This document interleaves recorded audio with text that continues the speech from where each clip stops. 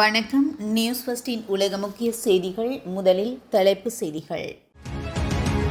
ஈரானுக்கு எதிரான தற்போதைய இராணுவ வழிமுறைகள் குறைந்த அளவிலான பலன்களை அளிக்கக்கூடும் மற்றும் பரந்த அளவிலான பதிலடியை தூண்டக்கூடும் என்ற கவலைகளுக்கு மத்தியில் ஈரானுடனான போரின் பதற்றத்தை குறைப்பதற்கான வழியை தேடுமாறு அமெரிக்க கூட்டுப்படை தலைவர் ஜெனரல் டான் ஹெய்ன் ட்ரம்ப் நிர்வாகத்தின் மூத்த அதிகாரிகளை தனிப்பட்ட முறையில் வலியுறுத்தியுள்ளதாக வெள்ளிக்கிழமை வெளியான ஒரு ஊடக அறிக்கையை தெரிவித்துள்ளதாக சர்வதேச ஊடகம் ஒன்று தெரிவித்துள்ளது. மேலும் இந்த கலந்துரையாடல்கள் அறிந்த 3 வட்டாரங்களை மேற்கோள் காட்டி CIA இயக்குநர் ஜான் கிராக்லி, வெளியுறவுத்துறை செயலாளர் மார்க்கோ ரூபியோ மற்றும் துணை ஜனாதிபதி ஜேடி வான்ஸ் உள்ளிட்ட மூத்த அதிகாரிகளிடம் ஹைன் தனது கவலைகளை தெரிவித்ததாக செய்திகள் தெரிவிக்கின்றன. தரைவழி படையெடுப்பை தவிர்ப்பதற்கே ஜனாதிபதி டொனால்ட் ட்ரம்ப் தொடர்ந்து முன்னுரிமை அளித்த போதிலும் வான்வழி தாக்குதல் மற்றும் தெஹ்ரானை அமெரிக்காவின் கோரிக்கைகளை ஏற்க வைப்பதற்கு வாய்ப்பு இல்லை என்றும் ஹெய்னும் மற்ற அதிகாரிகளை நம்புவதாக அந்த அறிக்கை கூறியது. ஜூலை மாத இறுதியில் முன்மொழியப்பட்ட பதற்றத்தை அதிகரிப்பது குறித்து ஹெய்ன் மற்றும் பிற மூத்த அதிகாரிகள் சந்தேகம் கொண்டிருந்ததாக கூறப்படுகிறது. இதற்கு ஒரு பகுதி காரணம் அமெரிக்கா நட்பு நாடுகள் மற்றும் பிராந்திய எரிசக்தி உள்கட்டமைப்புக்கு எதிராக ஈரான் பதிலடி கொடுக்கும் என்ற கவலைகளே ஆகும். எனவே வளைகுடா கூட்டாளிகள் சாத்தியமான தாக்குதல் குறித்து எச்சரித்த பின்னர் ட்ரம்ப் இறுதியில் அந்த நடவடிக்கையை ஒத்திவைத்தார் என அந்த அறிக்கை கூறியது. தாய்லாந்தின் பேங்காங்கிற்கு அருகிலுள்ள பாடசாலை ஒன்றிலும் மற்றும் வீடு ஒன்றிலும் மாணவன் ஒருவனால் நடத்தப்பட்ட திடீர் துப்பாக்கிச் சூட்டு சம்பவத்தில் உயிரிழந்தோரின் எண்ணிக்கை 9ஆக உயர்ந்துள்ளது. பேங்காங்கின் வடமேற்கே உள்ள நொந்தாபுரி மாகாணத்தின் டெப்ஸரின் நொந்தாபுரி பாடசாலையில் வெள்ளிக்கிழமை காலை இந்த சம்பவம் நிகழ்ந்துள்ளது. தாக்குதல் நடத்திய 14 வயது மாணவன் பாடசாலைக்கு வருவதற்கு முன்னர் தனது வீட்டில் வைத்து தனது தாத்தா மற்றும் பாட்டியை துப்பாக்கியால் சுட்டுக் கொண்டுள்ளதாகவும் அதிகாரிகள் தெரிவித்துள்ளனர். பின்னர் பாடசாலைக்கு சென்று துப்பாக்கி சூடு நடத்தியதில் 5 பாடசாலை ஊழியர்கள் உயிரிழந்ததுடன் தாக்குதல் நடத்திய மாணவனும் தன்னை தானே சுட்டு உயிரிழந்துள்ளார். இந்நிலையில் தீவிர சிகிச்சை பிரிவில் அனுமதிக்கப்பட்டிருந்த 12 வயது சிறுமி சிகிச்சை பலனின்றி சனிக்கிழமை உயிரிழந்ததை அடுத்து பலியானோரின் எண்ணிக்கை 9ஆக அதிகரித்துள்ளது.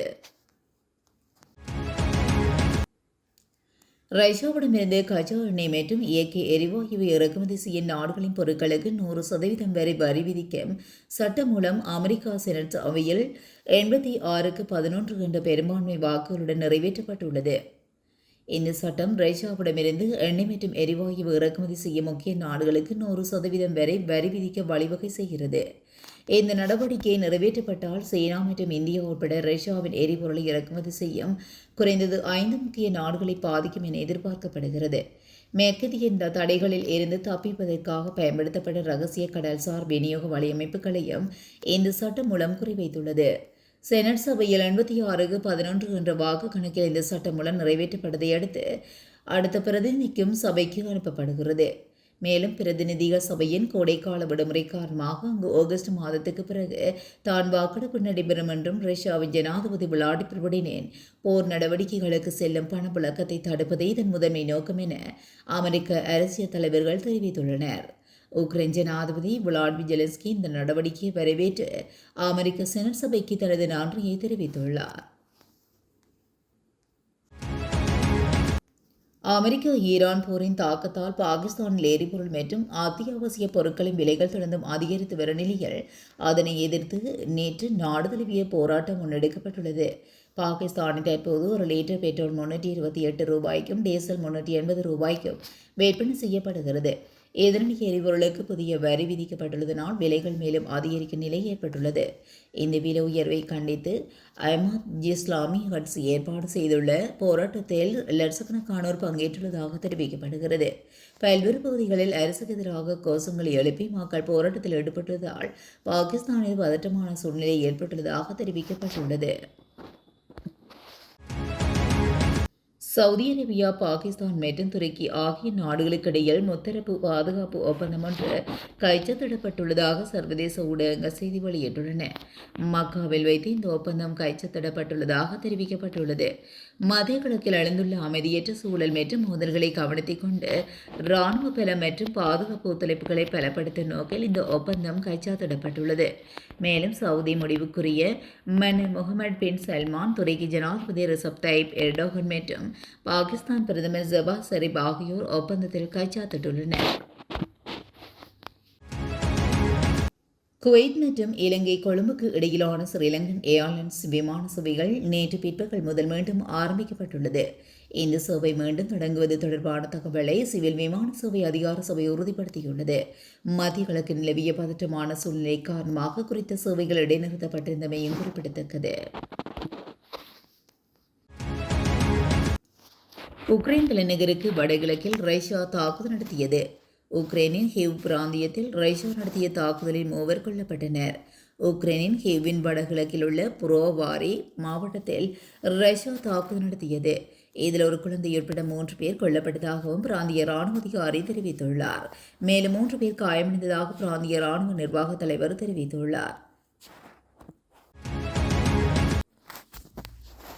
ஜேர்மன் ராணுவ தளம் ஒன்றின் அருகே மீண்டும் 2 ட்ரோன்கள் காணப்பட்டதாக ஜேர்மன் ராணுவ செய்தி தொடர்பாளர் ஒருவர் தெரிவித்துள்ளார். ஜேர்மன் விமான நிலையம் ஒன்றில் வெடிபொருட்கள் இணைக்கப்பட்ட ட்ரோன் ஒன்று கண்டுபிடிக்கப்பட்ட விடயத்தின் பரபரப்பு அடங்குவதற்குள் ஜேர்மன் ராணுவ தளம் ஒன்றின் அருகே மீண்டும் 2 ட்ரோன்கள் பறந்து கண்டுபிடிக்கப்பட்டுள்ளது. ஜேர்மனியின் லெப்சிக் விமான நிலையம் நோக்கி வந்து கொண்டிருந்த விமானம் ஒன்றின் முன்பகுதியில் ஏதோ மோதியதைத் தொடர்ந்து அந்த விமானம் வேறொரு விமான நிலையத்துக்கு திருப்பி விடப்பட்டது. பின்னர் விமான ஓடுபாதையில் மர்ம பொருள் ஒன்று கிடப்பது தெரிய வந்துள்ளது.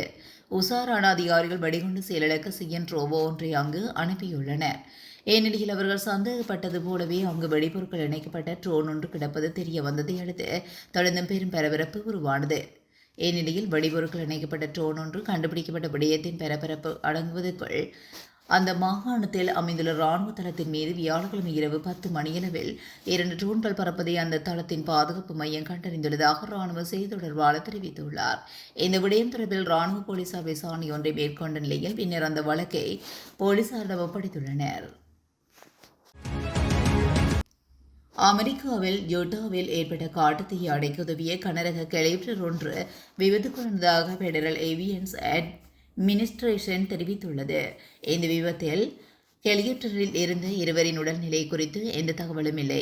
ஜூலை 27ஆம் தேதியன்று மின்னலால் மத்திய யூட்டாவில் ஏற்பட்ட தீயை அணைக்கும் பணியில் ஈடுபட்டிருந்த 7 ஹெலிகாப்டர்களில் இதுவும் ஒன்றாகும். யூட்டாவின் ரேஜ் பில்டில் சிகோர்ஜிகி S-64 ஹெலிகாப்டர் விபத்துக்குள்ளானதை பெடரல் ஏவியேஷன் அட்மினிஸ்ட்ரேஷன் உறுதிப்படுத்தியது. இந்தியா மற்றும் இஸ்ரேல் இடையிலான உறவை மேலும் வலுப்படுத்துவோம் என்று இஸ்ரேலிய பிரதமர் பெஞ்சமின் நெதன்யாகு தெரிவித்துள்ளார். இரு தலைவர்களுக்கும் இடையே வியாழக்கிழமையன்று நடைபெற்ற உரையாடல் குறித்து பிரதமர் நரேந்திர மோடியின் எக்ஸ் தள பதிவை பகிர்ந்து கொண்ட போதே நெதன்யாகு இவ்வாறு குறிப்பிட்டார். அந்த உரையாடலில் சிறப்பு ஒத்திசார் கூட்டாண்மையை மேலும் மேம்படுத்துவது குறித்தும் மற்றும் மேற்கு ஆசிய பிராந்தியத்தில் நிலவும் சூழல் குறித்தும் விவாதிக்கப்பட்டது. இந்நிலையில் எனது நண்பரும் இந்திய பிரதமருமான நரேந்திர மோடிக்கு நன்றி. இஸ்ரேல் மற்றும் இந்தியா இடையிலான உறவை நாங்கள் இணைத்து தொடர்ந்தும் வலுப்படுத்துவோம் என்று அவர் கூறினார். இருதரப்பு உறவுகளை ஆய்வு செய்யவும் விரிவுபடுத்தவும் இந்திய பிரதமர் நரேந்திர மோடியும் இஸ்ரேலிய பிரதமர் பெஞ்சமின் நெதன்யாகுவும் வியாழக்கிழமையன்று தொலைபேசி வாயிலாக உரையாடிய நிலையிலும் பல்வேறு துறைகளில் ஒத்துழைப்பை ஆழப்படுத்துவது மற்றும் பிராந்திய நிகழ்வுகள் குறித்தும் விவாதிப்பது ஆகியவை இந்த உரையாடலின் மையமாக இருந்துள்ளன.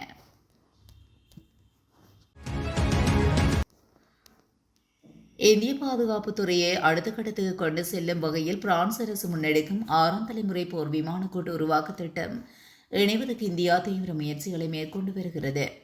மேலும் நாடாளுமன்ற பாதுகாப்பு நிலைக்குழுவிடம் மத்திய பாதுகாப்பு அமைச்சகம் சமர்ப்பித்த அறிக்கையில் பிரான்ஸ் தலைமையிலான 6ஆம் தலைமுறை போர் விமான திட்டத்தில் இணைவதற்கான செயற்பாடுகள் தீவிரமாக மேற்கொள்ளப்பட்டு வருவதாக தெரிவிக்கப்பட்டுள்ளது. தற்போது இந்தியாவில் 4.5 தலைமுறை போர் விமானங்கள் ட்ரபேல், தேஜாஸ் போன்றவை பயன்பாட்டில் உள்ளது. உள்நாட்டிலேயே 5ஆம் தலைமுறை போர் விமானங்களை உருவாக்கும் AMCA திட்டம் தயாரிப்பு நிலையில் உள்ள நிலையில் சர்வதேச நாடுகளுடன் இணைந்து 6ஆம் தலைமுறை தொழில்நுட்பத்தில் தடம் பாதிப்பது நாட்டின் வான்வழி பாதுகாப்பை மேலும் வலுப்படுத்துகிறது. 6ஆம் தலைமுறை போர் விமானங்கள் வெறும் மனிதரால் இயங்கும் விமானமாக மட்டுமில்லாமல் செயற்கை நுண்ணறிவு, ஆளில்லா ட்ரோன்கள் மற்றும் கிளவுட் தகவல் தொடர்பு பிணையம் ஆகியவற்றை உள்ளடங்கியதாக வடிவமைக்கப்பட்டுள்ளது. இதுபோன்ற செய்திகளை உடனுக்குடன் தெரிந்து கொள்ள நியூஸ் ஃபர்ஸ்டுடன் இணைந்திருங்கள். நன்றி, வணக்கம்.